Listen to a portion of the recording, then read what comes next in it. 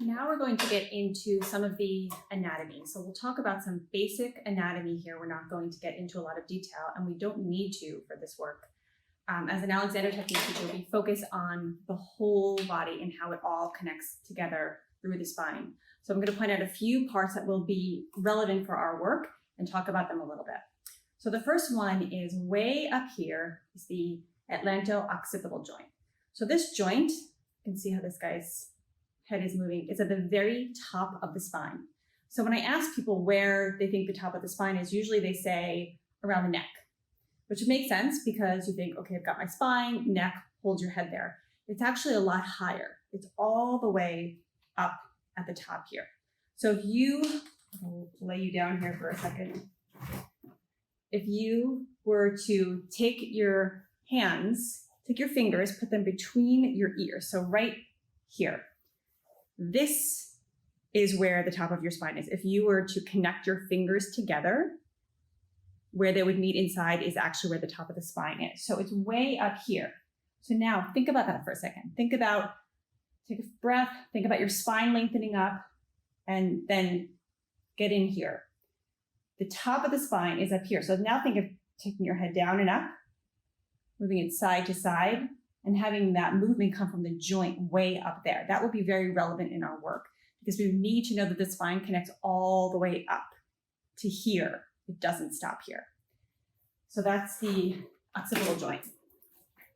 So now we have the spine. We have the three curves in the spine. So you have your cervical spine up towards the neck, your thoracic spine, and we have those curves there. And then the lumbar goes all the way down into the hips, that hip bone. So at the very bottom, we have the sit bone. So it's called the ischial tuberosity, but for our purposes, we're going to call them the sit bones, which a lot of us do. So right at the bottom here, okay, you can see these protruding bones at the bottom of his spine is where you sit on. So I'm going to sit him down. Okay, so that's the sit bones right there. When we sit, we're going to be talking about this quite a bit.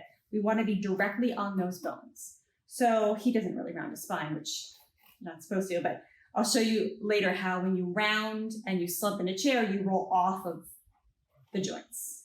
You do the same thing if you go too far forward, too far back. We want to be directly on them. So for now, we just want to know what these are. So we've got the sit bones.